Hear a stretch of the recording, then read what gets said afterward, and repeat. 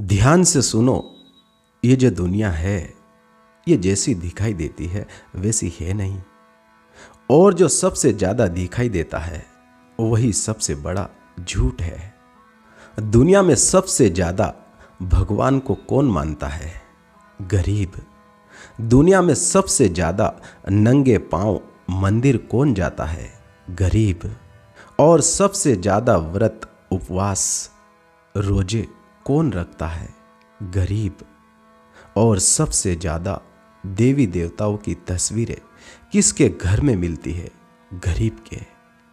और सबसे ज्यादा शोषण किसका होता है? गरीब का। और सबसे ज्यादा कुचला कौन जाता है? गरीब। सबसे ज्यादा अपमान किसका होता है? गरीब का। और सबसे ज्यादा अन्याय किसके साथ होता है? गरीब के साथ।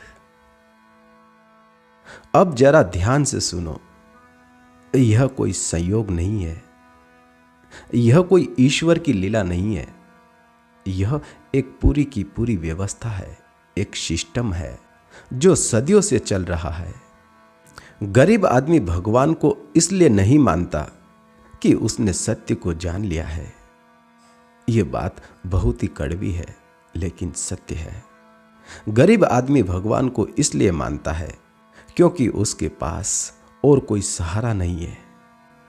जिसके पास धन है उसके पास बैंक बैलेंस है, जिसके पास ताकत है उसके पास सत्ता है, और जिसके पास बुद्धि है उसके पास समाधान है, और जिसके पास ये तीनों नहीं है उसके पास सिर्फ भगवान है। और यहीं से शोषण शुरू होता है। देखो, मंदिर में कौन लाइन में खड़ा है? मस्जिद में सबसे आगे सिर कौन झुका रहा है?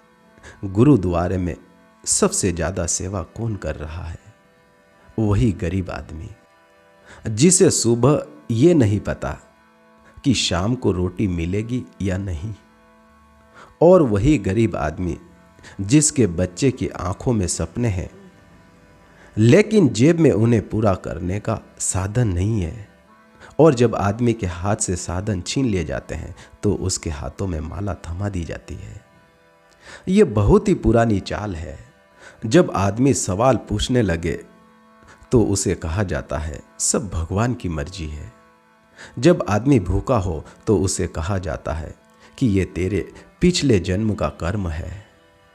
जब आदमी शोषण सह रहा होता है तो उसे कहा जाता है सब्र रखो, सब ऊपर वाला देख रहा है।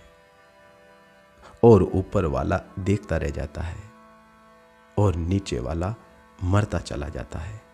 सोचो, अगर गरीब आदमी को सच में यह समझ में आ जाए कि उसकी गरीबी ईश्वर की इच्छा नहीं है बल्कि इंसान की व्यवस्था की साजिश है, तो क्या वह चुप रहेगा? नहीं। इसलिए उसे समझाया नहीं जाता, उसे झुकाया जाता है। धर्म को अफीम बना दिया गया है, ईश्वर को सहारे की लाठी बना दिया गया है। क्योंकि लाठी के सहारे चलने वाला आदमी कभी दौड़ नहीं सकता। गरीब आदमी सुबह उठता है, माथे पर तिलक लगाता है, कभी माथा टेकता है, कभी चादर चढ़ाता है, कभी अगरबत्ती जलाता है, और फिर उसी दिन कोई ठेकेदार, कोई साहूकार, कोई मालिक उसी गरीब की मेहनत चूस लेता है। और वह गरीब सोचता रहता है कि शायद यही भगवान की इच्छा थी। यही तो सबसे बड़ा शोषण है। ईश्वर को गरीब का मित्र नहीं बनाया गया, ईश्वर को गरीब का मालिक बना दिया गया है। और मालिक से सवाल नहीं पूछे जाते हैं। ध्यान रखना, असली धर्म कभी भी आदमी को कमजोर नहीं बनाता, असली धर्म आदमी को जागृत बनाता है। लेकिन यहां धर्म का इस्तेमाल गरीब को सुलाने के लिए किया जाता है, क्योंकि जागा हुआ गरीब सिस्टम के लिए सबसे बड़ा खतरा होता है। इतिहास उठाकर देख लो, जिन समाज में गरीबों ने सवाल पूछने शुरू किए वहां क्रांतियां हुई, और जहां गरीब ने सिर्फ प्रार्थना की वहां मंदिर तो बने लेकिन इंसान टूटता चला गया। ये बहुत ही अजीब बात है। गरीब आदमी भगवान के सबसे करीब है, फिर भी उसकी जिंदगी सबसे ज़्यादा दुखी है। अगर भगवान सच में वही है जो मंदिर में बताया जाता है, तो सबसे पहले उसी गरीब को खुश होना चाहिए था। लेकिन ऐसा नहीं है। क्यों? क्योंकि समस्या भगवान नहीं है, समस्या भगवान की व्याख्या है। गरीब को सिखाया गया तेरा काम सहना है, अमीर को सिखाया गया तेरा काम भोगना है, और दोनों के बीच धर्म की दीवार खड़ी कर दी गई। गरीब को बताया गया तेरा दुख पवित्र है, और अमीर को बताया गया तेरा सुख भगवान का आशीर्वाद है। और यहीं से व्यवस्था सुरक्षित हो गई। जरा ध्यान से देखो, जिसके पास धन है वह भगवान को धन्यवाद देता है, और जिसके पास धन नहीं है वह भगवान से मांगने जाता है, और जो मांगता है वह कभी बराबरी से खड़ा नहीं हो सकता। इसीलिए सबसे ज़्यादा पूजा उसी की होती है जिसकी जरूरत सबसे ज़्यादा होती है। यह सेशन किसी भगवान के खिलाफ नहीं है, यह सेशन उस धोखे के खिलाफ है जो भगवान के नाम पर चल रहा है, जो भगवान के नाम पर चलाया जा रहा है। ईश्वर अगर है तो वह तुम्हें कमजोर देखने में खुश नहीं हो सकता। अगर ईश्वर है तो वह तुम्हें सवाल करते देखना चाहता है, झुकते हुए नहीं।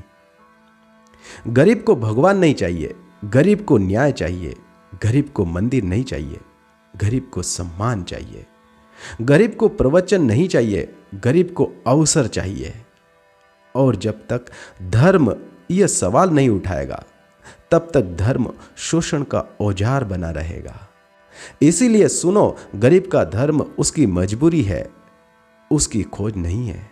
और जिस दिन गरीब मजबूरी से बाहर निकलेगा उसी दिन धर्म भी शुद्ध हो जाएगा, उसी दिन भगवान भी फिर से प्रेम बन जाएगा।